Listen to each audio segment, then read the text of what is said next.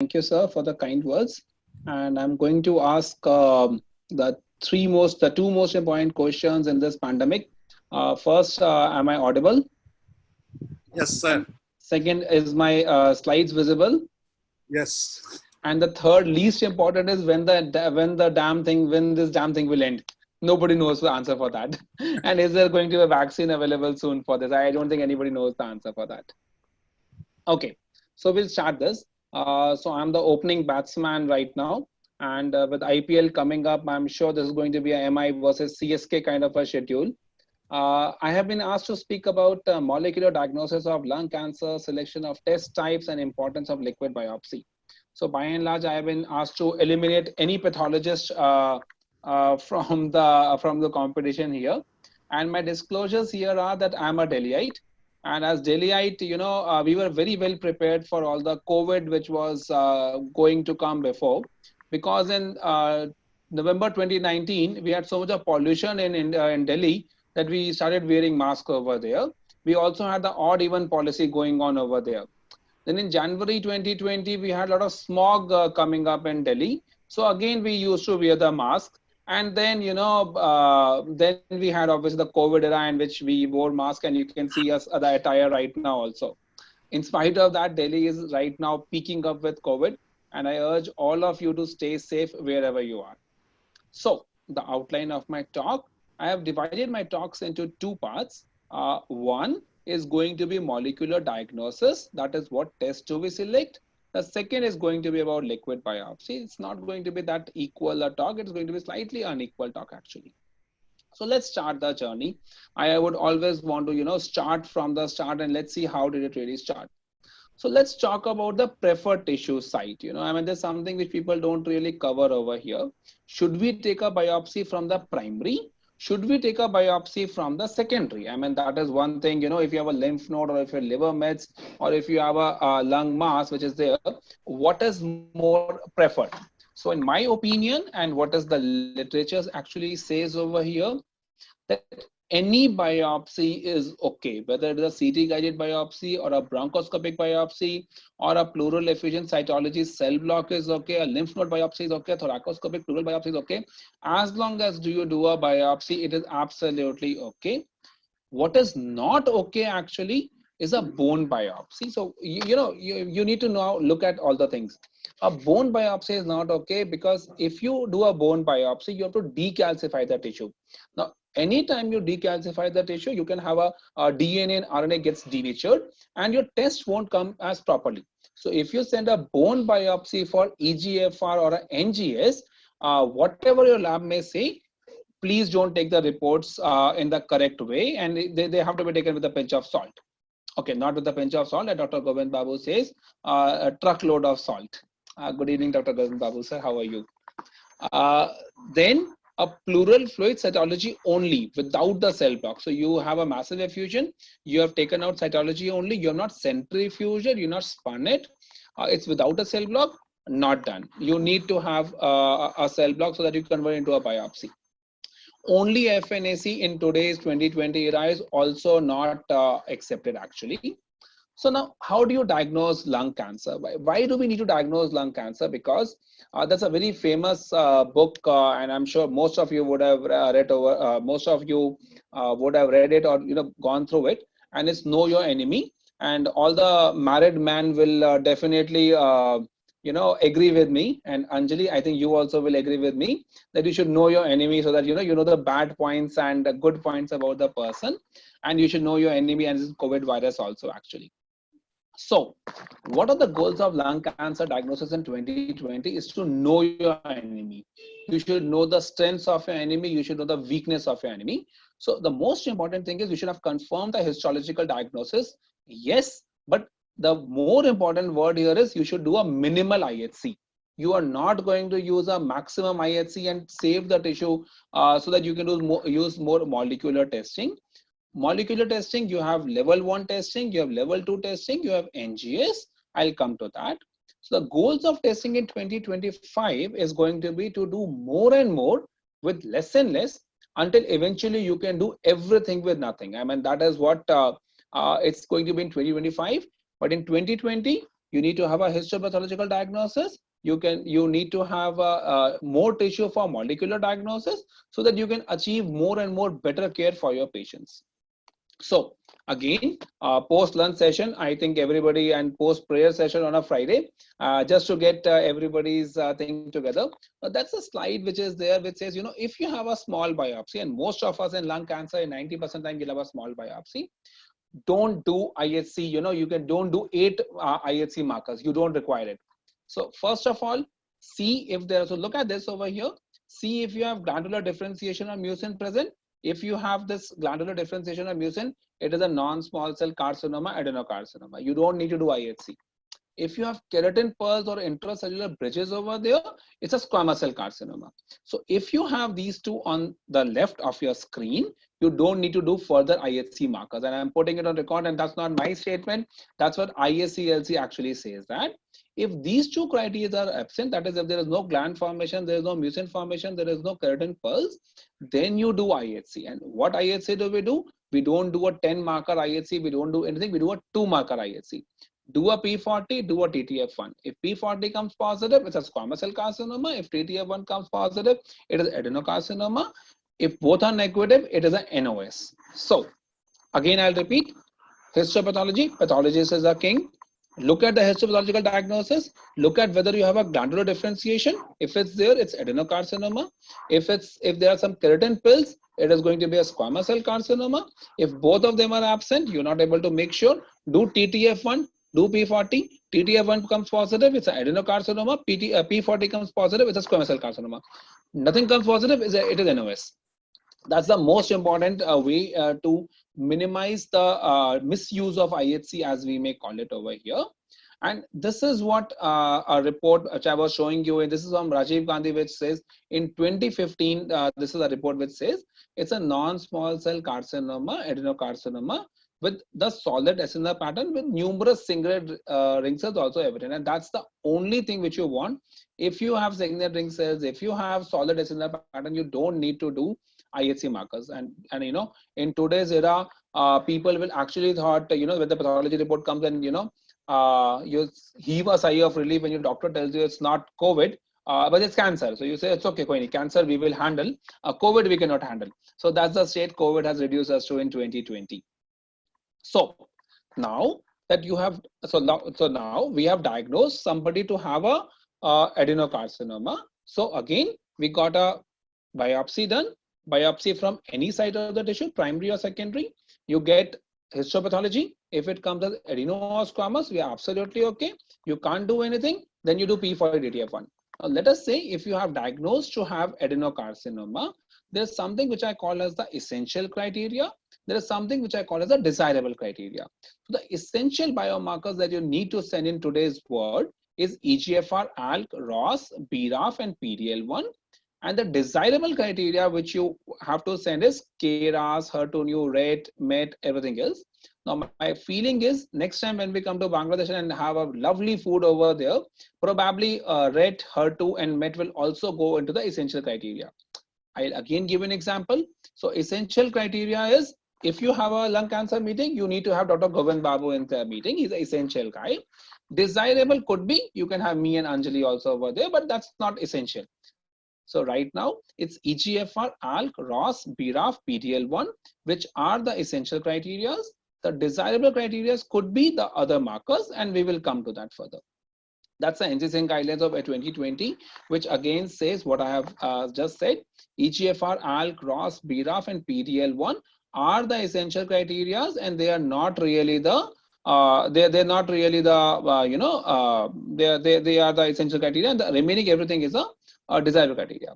So let's look at the EGFR. And I mean, I always tell my residents, and I always tell my other colleagues in this thing, we should be great friends with pathologists. It's not enough to say that fine, you test for EGFR. How do you test for EGFR? So for testing EGFR, you have a lot of methods available, which now you can have Sanger sequencing, you can have PCR, you can have NGS, you can have liquid biopsy. All 4 of them are absolutely okay. There is no doubt about it. What is not okay for EGFR testing is an IHC testing for EGFR and EGFR testing by FISH. So, a lot of pathology people will come and tell you, sir, there's a EGFR amplification by fish. Should we go ahead and give them a EGFR TKI? So no, you're not supposed to give them. What is applicable is Sangers, not really in vogue. A PCR or RT-PCR, definitely. If you can obviously do an NGS, that will be fantastic. Liquid biopsy, I'll come to it in a few months' time. So this is what is there. What is not recommended is EGFR by IHC or EGFR by fish. And this is the ISCLC guidelines, which basically says what are the molecular test guidelines which are there. And again, just read this. Laboratories should not use total EGFR expression by IHC or by fish to select patients for EGFR targeted TKI treatment. That is important. IHC and fish are not really recommended. And in certain cases, if you do not have tissue, probably a liquid biopsy can be of help. We will come to that later on. So I told you about the initial EGFR diagnosis. So again, we start from there. Adenocarcinoma or squamous cell carcinoma, depending on the keratin pearls or mucin. Otherwise, do a TTF1 and a P40. Once you confirm it is an adenocarcinoma, you test for EGFR. EGFR could be tested by PCR or RT or a liquid biopsy or a NGS or a Sanger sequencing. You give them some TKIs. Now what happens is if you develop a resistance to EGFR TKIs, and that happens in around 50% of patients. So how do you test for the resistance? Now again, very, very important.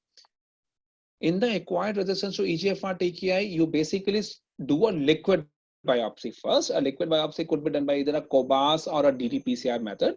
If it is positive, you give them a third generation treatment. If it is negative, you do a tissue biopsy, and then if it is negative, then you go ahead for a chemotherapy. So again, at progression, what you do is you do a liquid biopsy. If it is positive, so here we are. If you have a positive liquid biopsy, you go for osimertinib. If you have a negative liquid biopsy, you go for a tissue biopsy. If that comes positive for T790M, give osimertinib. If that comes negative for T790M, then you go ahead and do a chemotherapy for that. So based on all these things, there are various choices which can be used, and I'm going to speak about the first line oncogene treatment. But what I actually want to show over here is that the diagnosis of nons with all these tests, that the survival of lung cancer has now reached till probably 3 years, 3 to 3.5 years also, which was only around 10 months, maybe 4 or 5 years prior.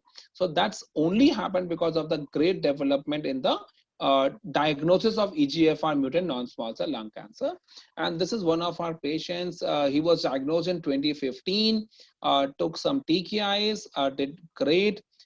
Then he had a progression, and then we gave him osimertinib. He developed leptomeningeal mets also. We increased the dose of osimertinib to 80 mg/d, and now he is here 5 years down the line without having been exposed to any chemotherapy and having an absolutely fantastic quality of life. So 5 year survival in a non-small cell lung cancer stage 4 was something which was unheard of probably a year, probably even 5 years back, but it is now becoming a reality, and 10% of people can have a 5 year survival and more. So we spoke about the EGFR, but if you remember in that pie chart, so EGFR accounts for around 33% of all the adenocarcinomas, but there are other sides of the story also. And the other side of the stories include the ALK. And if you actually know, if you actually look at this article over here, ALK actually was discovered in lung cancer only in 2007. So it's just 13 years, and today we have 16. We have 6 ALK TKIs which can be used in the first line treatment of ALK in ALK-related lung cancer. So when ALK was initially found, the incidence of ALK was only 3.8%, but now with the use of IHC, the incidence has now increased to around 10%. Now, this was how do you test for ALK? Since I'm going to just talk about the testing right now. ALK initially was tested by fish. The incidence was only 3.8%, but now ALK is tested by IHC, and all big trials like this was the LX trial which we were showing are testing ALK by IHC, and even the ASCENT-4 study, they tested it by IHC. Other trials also have shown that you just test ALK by IHC. You don't need to test and confirm it by fish. and at ALK by IHC is very sufficient. And this was a statement. This was a 2016 statement, basically. IHC is a statement which says that when performing ALK testing, physicians can utilize IHC as an equivalence alternative fish. There is no need to confirm an ALK IHC positive by fish. So very important. If you are testing for ALK, only an IHC is enough. You do not need to confirm this testing by fish, because there has been a 97 to 98% concordance rate of IHC and fish if we test for ALK both by IHC and fish. So why do we test for ALK? Has ALK testing made a difference? So let's look at this. This was a landmark trial of profile 1014, which was presented in JCO. And the blue line on the top, actually, which we can see, is if you got an ALK TKI followed by an ALK TKI progression and ALK TKI progression. And if you can look over here, you have 5-year survival of 60 to 70%. However, if you did not get an ALK TKI, you had a 5-year survival of only 20 to 24%. And this gap, the huge gap which is there, is only, and the improvement in survival is only because you tested for ALK by a very simple test of IHC, the report of which comes in 2 days time, and the patients can have a fantastic quality of life. And definitely ALK has shown a great improvement in oral survival. And this is the impact of biomarker testing that is there. So we spoke about the EGFR, which is 33%. We spoke about the ALK, which is around 10%. And just when you thought it's all getting over, I mean, how can I not quote Shah Rukh Khan into this? Picture is still remaining. This was a 2015 thing which was there. And there is something called as ROS. So now let's look at the rare mutations. This was an article which was published by an NEGM editorial in 2014. And it's been 6 years since ROS was actually first the initial paper came into the publication, and this says that ROS1 was targeted at 1% in lung cancer. So 1% in lung cancer for some people are not very high, but if you imagine 1,20,000 cases of lung cancer are diagnosed every year, then probably 1% does make a difference. So this is our own data about ROS1 rearrangement and response to crizotinib. This was an old data. We had only 9 patients, I think, at that time. Now we have a data of 22 patients, which is coming. And our rate also is somewhere around 1.4%. But of all those 20 patients, all of them probably our median PFS is somewhere around 14 to 15 months. So how do we test for ROS? Now that's again very important. Like for ALK, I said you do an IHC. If it is positive, you do not need to confirm by fish. But in ROS, you need to confirm this test by fish because the concordance rate is not that high. So if you have a ROS1 IHC and you do not confirm by fish and you give crizotinib or serotinib or lorlatinib to the patient, you should have a great friends with the lawyers, because only I don't think even a lawyer will be able to save you from them. So for ROS, you need to confirm the diagnostic criteria by fish. So we spoke about the EGFR.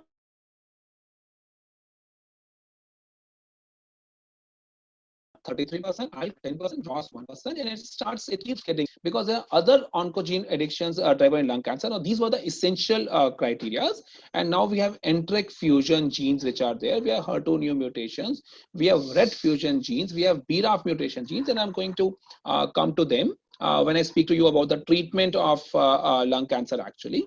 And that I'll tell you more about that. And these all can be actually detected by a NGS based technique, which has a DNA, which is an RNA. Again, the bottom line is DNA will detect all the mutations. RNA is basically for all the fusion. So you can have an NTRK or a RET gene arrangement, which will be better seen by on the NGS. So we spoke about oncogene directed lung cancer.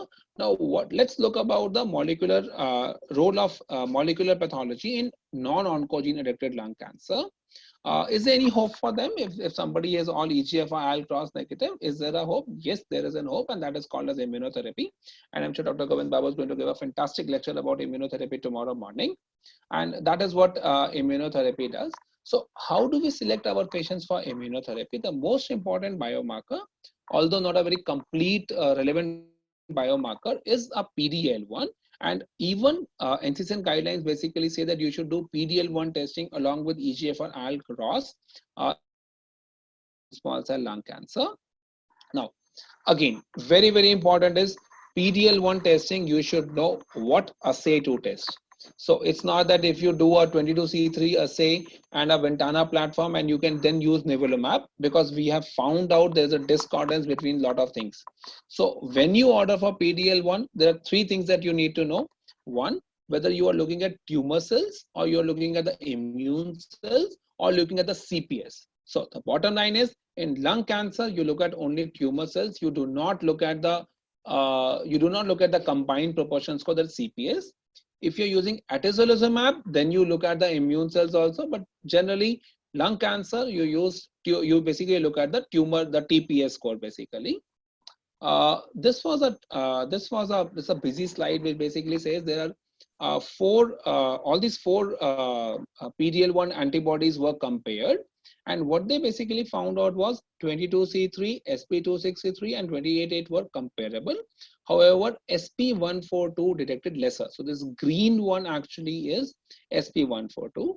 So the blueprint project said that yes, you can you can utilize 22C3 and SP263 as alternate, as alternate to each other, but still, in my opinion, it is better to at least get it confirmed by 22C3, because medical legally will be in a huge soup, and we have got some amounts of discrepancy in our patients. In fact, our concordance rate is only around 60% when it comes to PDL1. So why do you need to test for PDL1? Because if you have PDL1 more than 50%, then if you give them even chemotherapy or chemo plus immunotherapy, the improvement in survival is going to be fantastic. So if you have PDL1 more than 50%, you can go ahead and give them immunotherapy, single agent. If you have PDL1 1 to 49%, you can give them chemo immunotherapy. If you have PDL1 0%, that's a debate, and I'm sure Dr. Govind Babu is going to tell about that tomorrow, and we can have a good chat over it. So that's what, can we hear the music? And that was a keynote trial. So this is my summary slide for all the biomarkers, which basically says, and that's a very important slide, if the upper line is the orange line, if you have an oncogene addicted lung cancer, and if you give them target therapy, you are going to be somewhere over here. If you have an oncogene addicted lung cancer which you did not identify and did not treat with targeted therapies, then your graph is going to be somewhere like in the below, which is why there is an importance that if you can see the difference between the two curves is huge, and definitely we should try to identify the potential oncogenes, lung cancer oncogenes which are there, the lung cancer actually. So that was about the first part of my talk about the molecular diagnosis and the selection of the test. I'll just again quickly summarize. EGFR, you need to do either a RT-PCR or a liquid biopsy, NGS or Sinker sequencing. ALK, you do an IHC, do not confirm by FISH or no need to confirm by FISH. ROS, you do an IHC initially, confirm it by FISH. BRAF and CMET exon 14 splitting mutation, you'll probably get on the NGS. NTRK is a fusion, again RNA on a NGS, you can find it out. So the second part of my talk is about liquid biopsy, which as I heard in my last talk, is a huge favorite in Dhaka. And these are the potential applications of liquid biopsy in non-small cell lung cancer. You can use it for early diagnosis, prognostic information, monitoring of disease, immunotherapy, identification of targets, metastasis development. But that's only on paper, I would say. Only on paper, our economy is also growing very fantastic, but in the real one, it is actually not. The real utility of liquid biopsy in 2020 is basically to identify the genetic mutations at diagnosis, at progression, and in NGS. So these are again important slides. I think some people have attended this talk before. So liquid biopsy in 2020, you can have biomarker detection in de novo metastatic lung cancer by NGS. So you can do a tissue biopsy NGS, or you can do a liquid biopsy NGS, by and large similar. For EGFR mutant lung cancer, you can find out the primary EGFR mutation, or you can do for determining the T790M mutation at progression. Now, Please remember the biomarker detection in de novo metastatic lung cancer is by NGS, and for EGFR it is basically by a PCR once again. So again, when you send for a liquid biopsy, you should be asking your people what platform are you using in liquid biopsy. Are you doing an NGS? Are you doing a PCR? What is the sensitivity? What is specificity? And that is something that we need to ask. Now, tissue versus liquid NGS and de novo metastatic NSCLC. This was a Nile study which was there, which actually said that the proportion of all alteration which was detected by tissue was actually lesser than in the liquid biopsy. And in fact, liquid biopsy added more to tissue biopsy than what tissue biopsy added to liquid. But again, I must warn you, you should have a good quality lab. You should have a lab with a great experience. They should be knowing how to take out the DNA, how to analyze the thing. But if you do it in a very good lab, maybe a foundation or a garden core the lab, that's a liquid biopsy is also actually equal to what you do in as compared to tissue biopsy. Now, coming to liquid biopsy in the detection of primary EGFR mutations, you have COBAS and you have TheraScreen. And again, as we can see over here, the sensitivity and the specificity of liquid biopsy by PCR to detect the primary mutations is almost equivalent to a tissue biopsy. And if you have a EGFR mutation which is detected on a liquid biopsy, your response to TKI is also good enough. So just so that I'm not confusing people, specificity basically means true positive. So if you have a liquid biopsy result which says positive, there are very few chances that it's a false positive report. So the specificity is high.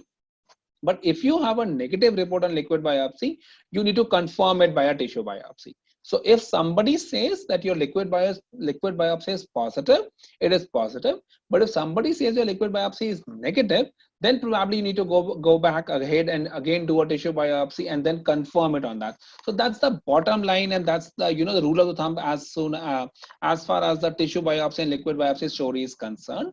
And that's a statement paper from the ISCLC which basically says that in cases of treatment naive NSCLC, just look at the things over here. If your tissue biopsy specimen is adequate, it's fantastic. If it is not adequate, then let's do a molecular analysis on the liquid biopsy. If it comes as positive, it is positive. If it is negative, do a tissue rebiopsy. So I'll just again tell you, liquid biopsy, if your biomarker is positive, you can be reasonably sure in a good lab that it is positive. If it is negative, you cannot be 100% sure. Go back and do a tissue biopsy and then we'll see what to do. On progression, you can actually use a liquid biopsy upfront and then take it from there. So that was my last slide. And this is my favorite slide actually. HOPE was initially associated with breast cancer, but now HOPE definitely is coming to lung cancer. And I'm sure we are going to have a lung cancer survivors week soon once this COVID session is over. Thank you. And I give it back to the organizers. Thank you.